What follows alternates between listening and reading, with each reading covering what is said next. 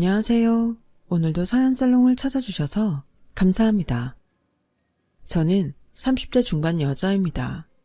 지금은 회사 때문에 혼자서 경기도에서 살고 있어요. 저는 혼자서도 만족하며 싱글 라이프를 즐기며 살고 있는데요. 대신 다른 트러블이 있었어요. 저는 아직 결혼을 하지 않았습니다. 앞으로도 할 계획이 없고요.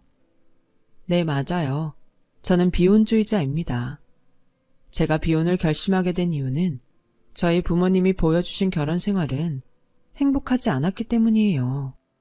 그리고 제 연애를 통해서 본 결혼은 그리 긍정적으로 느껴지지 않았어요. 저에게는 2살 터울의 남동생이 하나 있어요. 저희 남매는 어려서부터 부모님이 다투는 걸 보면서 성장했어요. 저는 고등학교를 졸업하자마자 기숙사를 제공하는 공장에 취직했어요. 제 또래 친구들이 미팅하고 술 마시며 놀 때 저는 매일매일 쉬지도 않고 닥치는 대로 일했습니다. 월급은 딱 월세 등을 포함한 공과금만 남겨놓고 다 저축했어요. 밥은 회사에서 제공해 주니까 밥값도 따로 들지 않았고 옷은 동묘 구제시장에서 싸게 구입해서 입었어요. 어디 나갈 일이 없었으니까 굳이 멋부릴 일이 없었거든요. 회사 동료들은 이런 저를 보고 도대체 무슨 재미로 사냐고 묻더라고요. 저는 돈 모으는 재미로 살았어요. 통장에 쌓이는 돈을 볼 때마다 일하면서 쌓인 스트레스, 육체적인 피로가 싹 날아갔거든요. 돈만 보고 사는 저를 보다 못한 같이 일했던 언니들이 저에게 다른 부서 남자를 소개시켜준 일이 있었어요. 그 남자는 저보다 5살 정도 연상이었어요. 서로 호감을 느껴서 연애를 하게 되었죠. 사귄 지 한 6개월쯤 지났을 때였을까요? 남자친구는 저에게 자기 엄마가 저를 한번 만나고 싶다고 계속 집요하게 요구한다고 하더라고요. 그러면서 한 번만 엄마하고 같이 보자는데 저는 솔직히 내키지가 않았어요. 결혼이 확정된 상황도 아니었고 만난 지 1년도 안 되었는데 부모님을 뵙는 것이 부담스러웠거든요. 저는 거절 의사를 밝혔고 그렇게 넘어가나 했는데 어느 날 데이트 중에 남자친구의 어머니가 자신이 근처에 있다면서 막무가내로 저희가 있는 곳으로 오셨던 적이 있었어요. 그래서 거의 반강제로 제가 남자친구 어머니께 인사드리는 상황이 왔었어요. 처음은 괜찮았어요. 저에게 과도하게 살갑게 굴려는 것을 빼면 말이죠. 문제는 그 이후였죠. 남자친구의 어머니는 그날 이후 제가 당신 며느리라고 생각되신 건지 집안 행사에 걸핏하면 부르곤 했어요. 남자친구의 누나 결혼식에 불러서 손님 맞이하는 자리에 앉아서 축의금을 받으라고 하질 않나. 명절에는 불러서 같이 음식 만드는 것 좀 거들라고 하시더군요. 저는 점점 감당하기가 어려워져서 남자친구에게 말했어요. 오빠 어머니가 이렇게 부르시는 거 좀 불편해. 우리 엄마인데 불편할 게 뭐가 있어. 우리 결혼 이야기가 나온 것도 아닌데 결혼 전부터 이렇게 집안 행사에 부르셔서 내 시간 뺏기고 노동시키는 건 좀 아니지 않아? 야, 너 좀 예민한 거 아니야? 어차피 결혼하면 다 네가 해야 될 일인데 미리 한다고 생각해. 뭐? 오빠, 우리가 언제 결혼 이야기 한 적 있어? 우리 연애하면서 그런 말 나온 적 한 번도 없어. 근데 무슨 결혼이야? 그리고 오빠 집안일이 어째서 내가 당연히 해야 될 일인데. 내 나이도 있는데 당연히 결혼해야 하는 거 아니야? 그런 건 서로 상의해야 하는 거지. 오빠 혼자 결정해? 야, 무슨 말만 들으면 내가 너한테 결혼하자고 매달리는 줄 알겠다. 넌 뭐가 그렇게 잘났냐? 어차피 공순이 주제에 너도 나 아니면 결혼할 남자 없잖아. 그러면서 뭘 재고 따져. 내가 언제 재고 따졌어? 지금 그 이야기하는 게 아니잖아. 만약 결혼한다 해도 이런 식으로 사람 허구한 날 부르면 나도 그런 결혼은 별로 하고 싶지 않네. 지금 그 말 무슨 뜻이야? 서로 생각이 다르니 그냥 이쯤에서 끝내자. 그게 서로에게 좋을 것 같아. 그렇게 제 짧은 연애는 끝이 나고 제 비혼에 대한 결심은 더 견고해졌어요. 꽃다운 제 20대 초중반을 일에 바친 결과 저는 경기도의 한 아파트 청약에 당첨이 되었습니다. 지금 그 아파트는 처음 입주했을 때보다 값이 2배로 뛰었어요. 제 인생은 그때부터 열심히 산 결과의 열매가 맺히는 것 같더군요. 제 또래들하고 그때부터 격차가 벌어졌어요. 저는 가방끈은 짧지만 또래들보다 훨씬 안정된 삶을 살고 있었거든요. 고등학교 졸업하자마자 취직해서 직장에서도 자리가 잡혔고 4명의로 된 집도 마련했어요. 반면에 제 동창생들은 빠르면 24살에, 늦으면 28살에 대학을 졸업해서 취업 준비로 불안정한 시기를 보내고 있었죠. 그런 거 보면 평범한 사람이 자신의 삶을 윗단계로 끌어올리고 싶으면 학력도 중요하지만 저는 역시 돈이 더 중요하다고 생각이 듭니다. 어쨌든 저는 청약된 아파트에 입주할 날만을 기다리며 또 열심히 일을 하고 있을 때 남동생이 결혼할 사람이 있다며 가족들에게 자신의 여자친구를 소개했어요. 여자친구 생겼다고 말한 지 얼마 안 되던 시점이었어요. 결혼한다고 말했던 때가 남동생과 여자분이 교제한 지 6개월 정도 지났을 때쯤인 걸로 기억해요. 남동생이 데려온 여자친구는 누가 봐도 예쁜 외모를 가지고 있었어요. 그리고 화려해서 어디에서나 주목받을 듯한 스타일이었죠.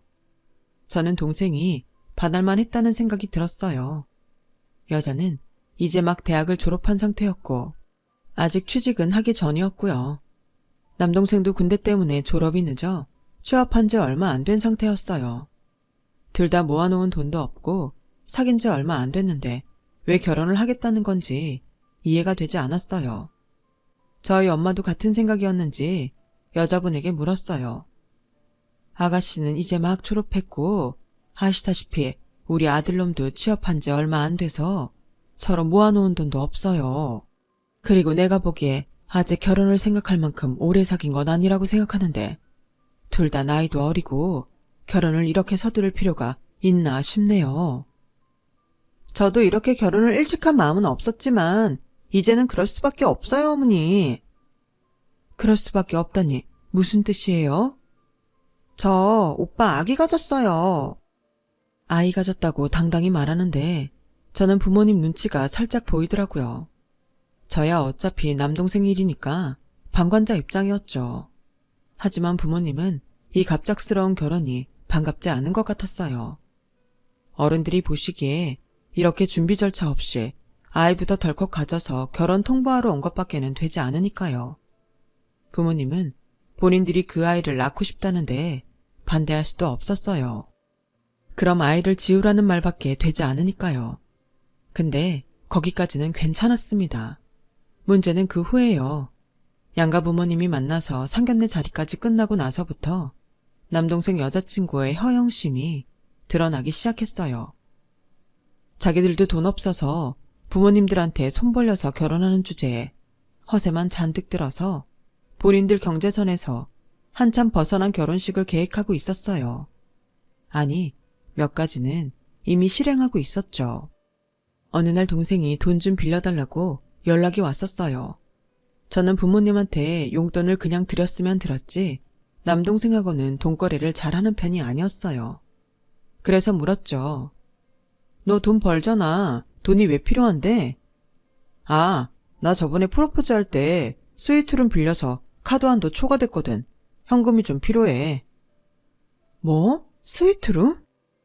아, 그리고 프로포즈 할 때 샤넬 가방도 사서 할부금도 더 이상은 힘들어.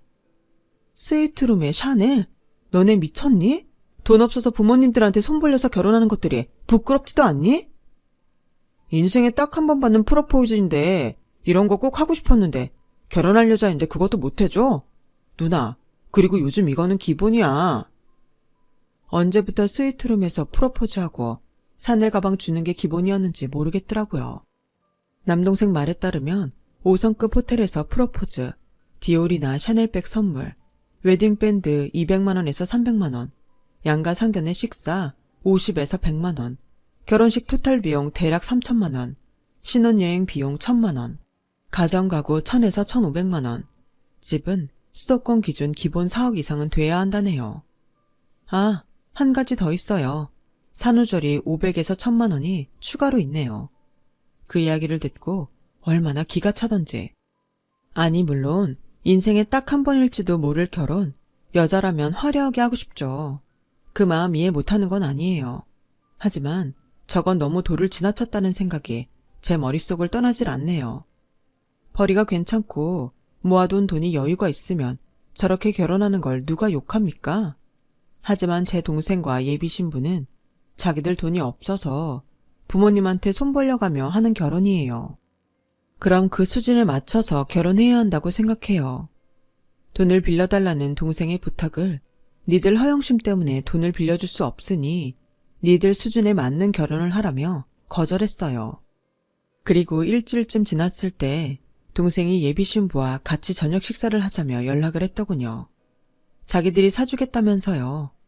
저는 그 돈 아껴서 결혼에 보태라고 말했어요. 솔직히 만나고 싶지 않았거든요. 근데도 동생이 예비 신부랑 친해질 겸 자꾸 만나자고 보챘습니다. 어쩔 수 없이 나를 잡았어요. 그런데 식당 예약하는 데서부터 삐그덕거렸어요. 저는 비싸지도 그렇다고 너무 저렴하지도 않은 레스토랑을 예약하려고 했어요. 물론 밥은 제가 살 계획이었고요.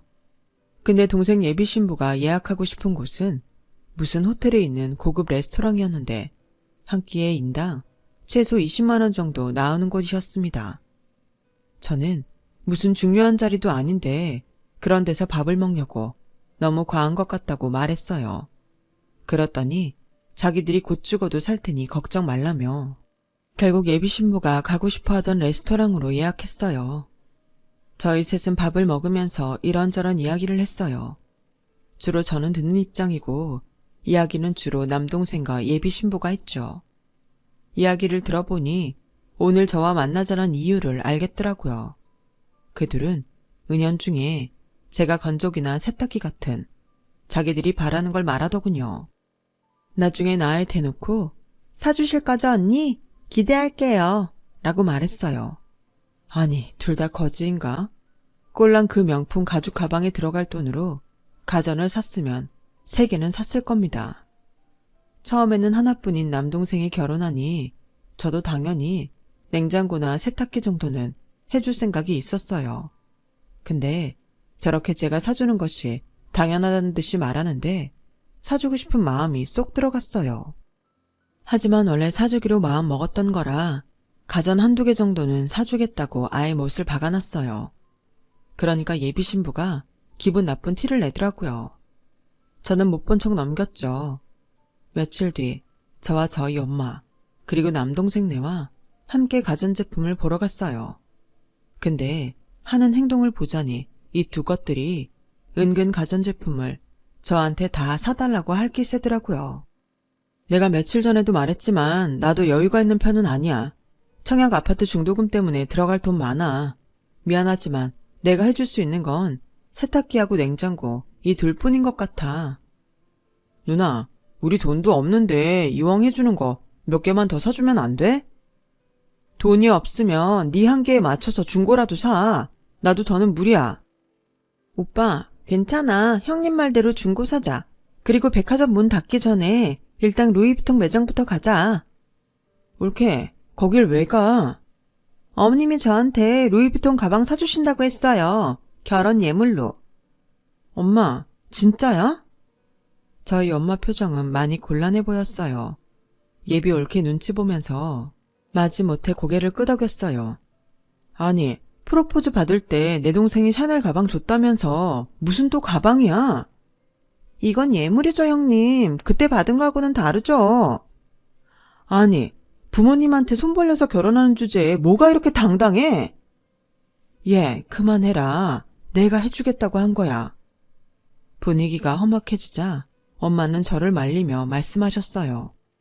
동생 부부네 전셋집을 동생 명의로는 대출이 나오질 않아 엄마가 집담보로 대출을 받아서 마련해 주신 집이었습니다. 그거 대출이자 갚으시느라 힘드신 분한테 명품 가방을 요구하다니요. 그래서 제가 올케가 원하는 가전 1,500만 원 선으로 맞춰줄 테니 엄마한테 루이비통 가방은 받을 생각은 하지 말라고 말했죠. 그제서야 만족한다는 듯이 순순히 알겠다고 말하더군요. 그 신혼집에 들어갈 가전이니 뭐니 소소한 것들은 다 제가 해주었어요. 집은 엄마가 해주셨으니 올케는 혼수도 제대로 안 해오고 결혼한 셈이 되네요. 예정대로 결혼식을 올리고 몇 달 후 제게는 첫 조카가 생겼죠. 제 아이는 아니지만 그래도 조카라고 그 조그만 게 얼마나 귀엽던지요. 정말 아기 용품부터 시작해서 안 사준 게 없네요. 물론 올케 수고했다고 용돈도 좀 챙겨주고 출산 후 산모한테 좋다는 것들은 다 사다 줬어요. 제가 조카를 이뻐라 하니 조카도 고모인 저를 곧 잘 따랐어요. 저희 부모님도 첫 손주이다 보니 조카를 눈에 넣어도 안 아프다는 듯이 애지중지했죠. 그래서 올케는 저희 부모님께 아이를 자주 맡겼어요. 하지만 아무리 손주가 이뻐도 저희 부모님 이제 나이도 많이 드셔서 아이 보는 게 그렇게 쉬운 일이 아니었어요. 하지만 올케는 너무 이기적이었죠. 자기 자식하고 자신만 생각했어요. 하루는 너무 아이를 맡기길래 한마디 했었습니다. 올케네 부모님은 애기 안 보고 싶어 하셔? 보고 싶어 하시죠. 그럼 시댁에만 애 맡기지 말고 친정에도 좀 가봐. 친정 부모님도 손주 얼굴 좀 봐야지. 저희 엄마 허리 아프셔서 아이 오래 못 보세요. 자기 엄마는 허리 아파서 안 되고 그럼 우리 엄마 허리는 아파도 된다는 뜻인 건지. 저희 엄마 말에 따르면 어찌나 까다로운지 아기가 자면 거실에 있는 텔레비전도 못 틀게 한다고 하네요. 언제 한번 저희 아버지께서 조카 자는 줄 모르고 거실에 텔레비전을 좀 큰 소리로 틀어놓고 보고 계셨대요. 아버지가 귀가 좀 안 좋으셔서 잘 안 들리시거든요. TV 소리 듣고 아기가 깨서 우니까 바로 저희 아버지한테 면박을 주었다고 하더라고요. 그 이후로 저희 부모님 조카가 집에 있는 날에는 마음 놓고 밥도 못 드신다고 하네요. 그 이야기를 듣고 어찌나 속이 상하든지 제가 그래서 한마디 하려고 올케한테 전화하려 하니까 엄마가 네가 봐주는 거 아니니 괜히 나서지 말어 하면서 말리셨어요. 틀린 말도 아니니 저도 수긍할 수밖에 없었습니다. 그리고 시간이 흘러 어느덧 제 조카는 벌써 7살이 되었어요. 내년이면 초등학교에 입학할 나이죠. 시간 정말 빨리 흐르더군요. 동생 결혼할 때까지만 해도 20대이던 저는 어느덧 30대 중반이 되었고 청약 당첨된 아파트에는 3년 전쯤 완공되어 입주하게 되었어요. 그 사이에 아파트 값도 많이 올랐죠. 조카 생일이 되어서 오랜만에 가족들끼리 식사를 하고 남동생네 집에 가서 후식으로 과일을 먹고 있었어요. 먹고 있던 중에 올케가 갑자기 내년에 조카가 초등학교에 들어가니 다른 건 다 동생과 자기가 준비할 테니 저보고 명품 가방 하나 사달라고 하더군요. 저는 너무나 당연한 요구에 어이가 없더군요. 학교 참관 수업과 명품 가방이 도대체 무슨 상관일까 싶어서 황당한 얼굴을 하고 쳐다봤어요. 그런데 남동생과 올케는 정말 진지하게 말하고 있더라고요.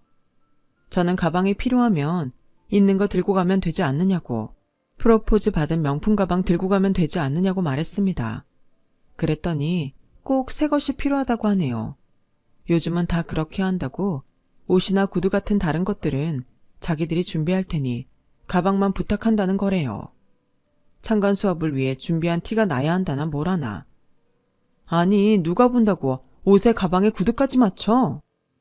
형님, 요즘은 다 그렇게 하고 준비한 티가 나야 다른 엄마들한테 무시도 안 당하고 우리 애한테도 기 살려주는 거라고요. 아니, 누구 엄마인지 어떻게 안다고. 그리고 준비한 티 나면 오히려 더 촌스럽지 않아? 누나는 결혼을 안 해서 몰라. 제대로 준비 안 해가면 담임이 우리 현서 왕따 시킬지도 모른다고요. 못 사는 집 애라고. 아니, 참관 수업이라는 게 그냥 수업 어떻게 하는지 보러 가는 거 아니야? 그게 언제부터 엄마들끼리 명품 경쟁하는 곳이 되었니? 그리고 그런 걸로 애를 왕따시키는 담임이라면 교육청으로 가서 신고해야 하는 거 아니니? 9시 뉴스감 아니냐고. 형님, 요즘 엄마들은요, 안 보는 척 하면서 다 봐요. 저 집에 얼만큼 잘 사는지 여유가 있는지, 아니면 가난해서 아이 교육시킬 여유도 없는 집인지. 형님은 제가 그날 후줄근하게 가서 우리 현서가 다른 엄마들한테 무시당해. 저 집 애랑 놀지 마라. 이 소리 듣게 하고 싶으세요? 그런 생각 가진 엄마의 자식이라면 친구 안 하는 게 나아. 저는 단호하게 못해준다고 말했습니다. 그리고 그 사건은 그렇게 일단락 되는 줄 알았어요. 하지만 몇 달 뒤 본가에 들렀을 때 엄마가 결국 올케가 원하는 명품 가방을 사주었다는 사실을 알게 되었어요. 제가 딱 잘라 거절하자 저희 엄마를 공략한 것입니다. 올케가 자꾸 조카 현서를 앞세우면서 현서 생각해서라도 해주셔야 한다. 안 그러면 엄마들 모임에 어울릴 수가 없어서 애 교육에 중요한 정보들을 놓친다. 이게 다 어머니 손주 현서의 미래를 생각해서 그러는 것이다. 그렇게 말하니 순진한 우리 엄마 결국 또 대출까지 받아서 그 가방을 사주고야 말았네요. 제가 대신 돈을 내줄 것도 아니었기 때문에 그때는 그냥 그렇게 넘어갔어요. 그리고 조카가 초등학교 들어가면서 올케가 슬슬 제가 가진 것에 대해 욕심을 부린다는 것을 느끼게 되었어요. 저희 집 근처에는 초등학교하고 중학교가 위치해 있고 버스로 세정거장 거리에 고등학교가 위치하고 있어요. 비록 서울은 아니지만 그래도 이 일대에서는 나름 학군이 좋아서 멀리서도 이 근처 학교로 보내기 위해 초등학교 입학할 자녀를 두거나 이제 곧 중학교 입학을 앞둔 자녀를 가진 가족들이 많이 이사를 오곤 합니다. 남동생네 부부집은 저희 집에서 대중교통으로 2시간 거리에 떨어져 있는데 그쪽은 남동생 말로는 중학교부터 교육하기에 좋은 환경은 아니라고 하더라고요. 저는 그때까지만 해도 아 그렇구나 정도로만 받아들였죠. 그런데 어느 날 엄마하고 오랜만에 단둘이서 오붓하게 데이트를 하던 중이었어요. 카페에서 따뜻한 차를 마시며 휴식을 취하고 있었어요. 엄마는 머뭇머뭇거리더니 어렵게 말을 꺼내시더라고요. 저기 현선이가 이사하고 싶대. 응? 하라 그래. 이제 좀 살만한가 보다. 근데 그게 말이다. 네 집으로 이사가고 싶다더라. 그게 무슨 소리야. 너희 집 근처에 좋은 학교들도 많고 집도 새 집이니 현서 교육하기에 좋을 것 같아서. 올케가 그리 말해? 엄마도 나한테 좀 너무한다. 그렇게 내 집 내준다 쳐. 그럼 난 어디로 가? 현서 애미가 너는 혼자 사니 지금 자기네 전셋집하고 바꿔도 되고 어디 빌라 같은데 원룸 전세를 얻으면 되지 않느냐고 하더라. 아무리 지 자식 귀하다고 해도 그렇지 집을 내놓으라니 뻔뻔해도 너무 뻔뻔한 거 아니야? 네가 누나고 결혼도 할 생각 없으니 결혼한 동생한테 양보하면 안 되니? 저는 화가 나서 자리를 박차고 일어나 동생네 집으로 갔습니다. 올케, 안에 있지? 누나. 형님, 무슨 일이세요? 엄마한테 이야기 들었어. 내 집으로 이사 오고 싶다고 말했다며? 아, 네, 맞아요. 형님도 아시다시피 조기 교육이 중요하잖아요. 형님 집 근처가 학군도 좋고 해서 이사 가고 싶다고 했어요. 그럼 우리 집 말고 우리 집 근처로 이사 오든가 해. 난 내 집 올케네한테 넘겨줄 생각 없으니까.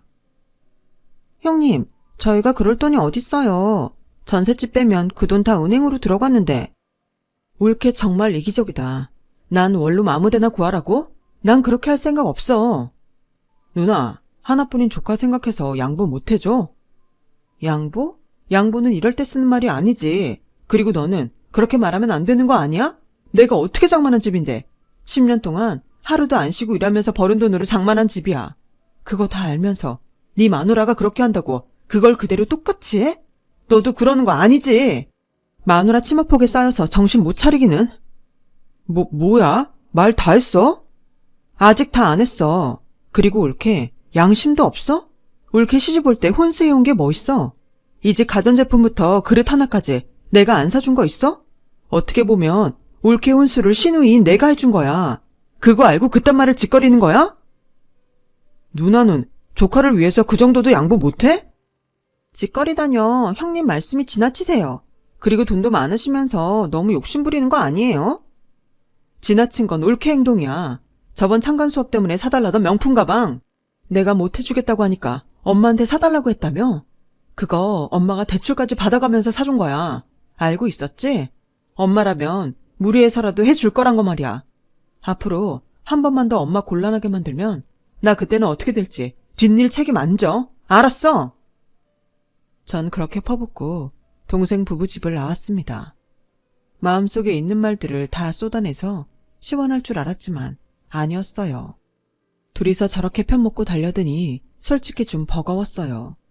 그리고 내 편을 만들기 위해서라도 결혼을 해야 하나 하는 생각도 들더군요.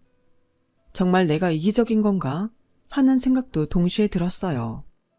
별의별 생각이 다 들면서 제 인생이 전체적으로 부정당하는 느낌이었어요. 그렇게 몇 주가 흘렀어요. 남동생네 부부가 상갓집에 가야 한다며 조카를 저에게 맡겼어요. 아직 동생네 부부 얼굴 보기 껄끄러웠지만 조카가 무슨 죄가 있겠어요. 그날은 엄마도 몸이 안 좋으셔서 제가 조카를 맡아서 돌봤죠. 문제는 그 후부터 2주 간격으로 조카를 저에게 맡기는 거였어요. 그것도 조카 혼자 저희 집까지 옵니다. 그 어린 것이 2시간 거리를 자기 혼자 오는 거예요. 처음에는 혼자 고모인 저를 보러 오는 것이 기특했습니다. 그래서 오면 맛있는 것도 사 먹이고 용돈도 주고 그랬었죠. 근데 이게 횟수도 잦아지고 저도 쉬는 날에는 저만의 시간을 갖고 싶은데 자꾸 조카가 찾아오니 슬슬 부담스러워지기 시작했어요. 현서야, 엄마하고 아빠는 바빠? 그런 건 아니에요. 그럼 고모 보고 싶어서 온 거야? 엄마가 고모가 보고 싶어서 가는 거라고 이야기하랬어요. 올케가 시켜서 온 것이었죠. 현서는 고모네 집에 오고 싶어? 오기 싫은 건 아닌데요. 혼자 오니까 많이 힘들어요. 오는 길만 2시간이 걸리니 어린애가 안 힘들다고 말하는 게 더 이상했을 겁니다. 그럼 집에서 엄마하고 놀면 되지. 엄마가 고모는 아이가 없어서 나중에 고모께 다 내 거라고 엄마가 고모한테 잘 보이라고 했어요. 실소가 터지더군요. 제가 60대도 아니고 아직 30대인데 벌써 제 재산을 노리고 있다니. 물론 저도 제 비혼주의 결심에 흔들리지 않는다면 제 재산은 조카에게 물려줄 생각이었습니다만 제가 아직 30대인데 벌써부터 그런 생각을 하고 애를 보낸다는 게 괘씸했어요. 일단 조카한테는 고모는 현서를 너무 사랑해. 근데 너 혼자서 이렇게 오는 건 너무 위험해. 네가 중학생 정도 되면 괜찮지만 아직은 아니야. 고모가 보러 갈게. 앞으로는 혼자 오지 마. 하고 잘 타일러 보냈어요. 그날은 조카에게 돈을 쥐어 보내지 않았죠. 조카는 그 이후로 한동안 오지 않았고 저도 저만의 휴일을 되찾았어요. 어느 날 보험회사에서 전화가 왔었는데요. 보험료가 연체되어서 기한까지 납부하지 않으면 나중에 혜택을 못 받을 수 있다고 하더라고요. 저는 의아했죠. 제가 가입한 보험들은 월급일에 맞춰 다 자동이체로 설정해 놓았기 때문에 연체될 일이 없었거든요. 그래서 제가 연체된 보험이 무엇이냐고 물었더니 땡땡 생명보험이 연체되었다고 보험회사 직원은 말했어요. 저는 생명보험에는 가입한 적이 없었어요. 난 가입한 적이 없는데 어떻게 된 거냐고 따지니 가입자와 수령자를 보험회사에서 알려주더라고요. 가입자는 제 올케고 보험금 수령인은 제 조카더군요. 저는 이 보험에 가입한 것을 동의한 적이 없다고 하니 보험회사에서 해지를 해주었어요.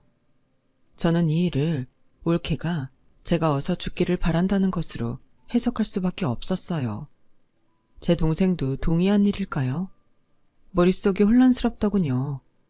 그래도 내 동생인데, 그래도 내가 친누나인데, 우리 가족인데, 다른 건 몰라도 이건 조용히 넘어갈 수가 없었어요. 토요일은 엄마 생신이어서 가족들이 모이는 날이었어요. 저는 그날 작정이라도 한 듯 조카에게 이것저것 심부름을 시켰습니다.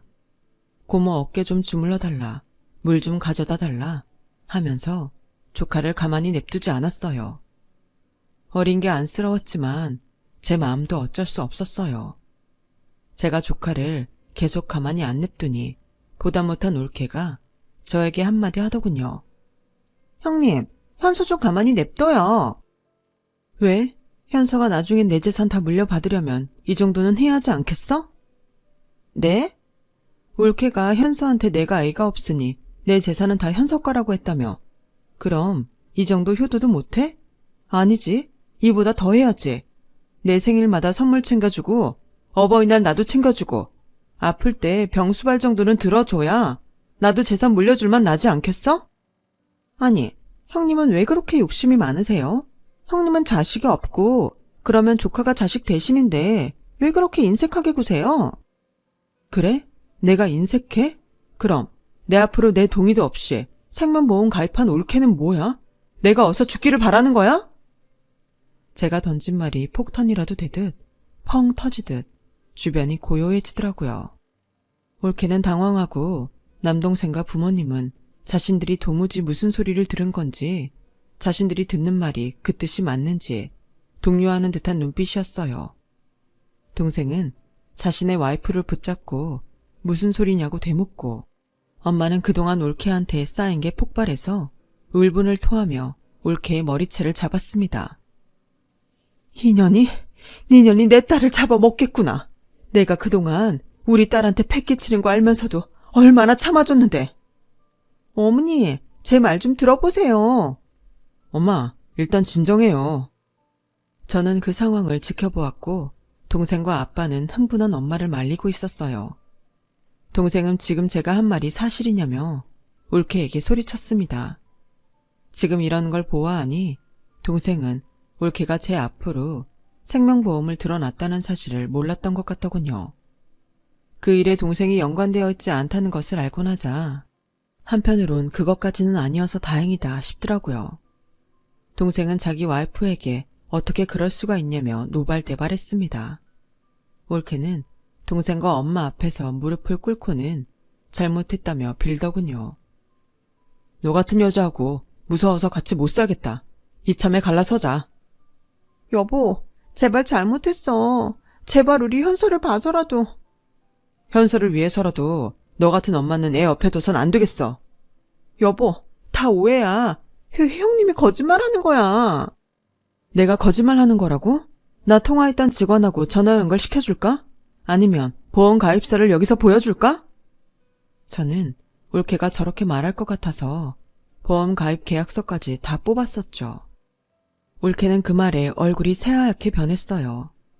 저는 가방에서 보험 해지서와 가입 계약서를 꺼내 올케 앞에 던졌습니다.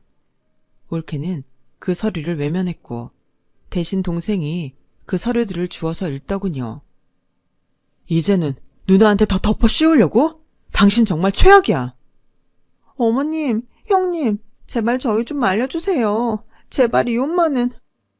나중에 내 아들까지 잡아먹을 거야? 넌 그러고도 나무래구나. 당장 이 집에서 나가.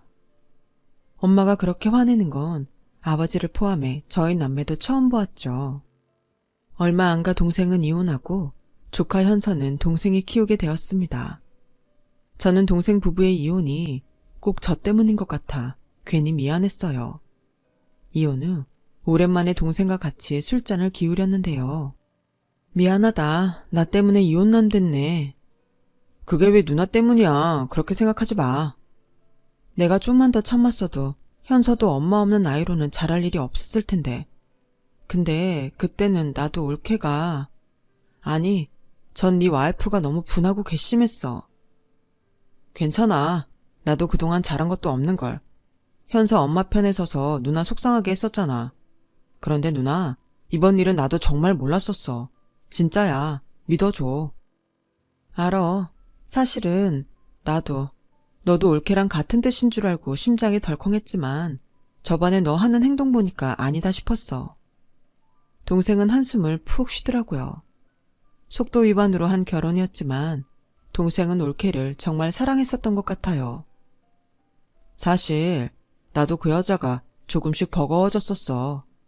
처음에는 예쁘고 화려한 모습에 반했었지만 그건 그냥 겉모습일 뿐이더라. 알고 보면 허영심만 가득해서 남들 하는 건 꼭 해야 하고 가지고 싶은 건 꼭 가져야 하고 난 얼른 돈을 모아서 대출금도 갚고 싶고 집도 사고 싶었는데 그 사람 씀씀이 때문에 오히려 빚만 늘었지. 어차피 이렇게 될 일이었어. 누나, 더 이상 신경 쓰지 마. 그렇게 저희 남매는 마지막 술잔을 기울이고 각자 집으로 갔어요. 비 온 뒤 무지개가 떠오른다고 동생은 그 이후 몇 년 뒤 좋은 여자와 재혼했습니다. 야무진 똑순이랑 새 출발을 하게 되었죠. 한번 만나봤는데 좋은 여자인 것 같았어요. 저는 안심하고 동생을 맡겨도 되겠구나 하는 생각을 했어요. 저는 여전히 혼자 있는 제 삶을 즐기고 있고 머지않은 노후를 준비하며 또다시 열심히 하루하루를 살아나갈 것입니다. 여기까지 제 사연이었습니다. 털어놓고 나니 무언가 가슴이 시원해지는 것 같습니다. 들어주셔서 감사합니다. 들어주신 분들 항상 꽃길만 걸으세요. 여러분, 사연 댓글에 응원과 현명한 조언 부탁드려요. 좋아요와 구독은 저에게 큰 힘이 됩니다. 오늘도 좋은 일 가득하세요.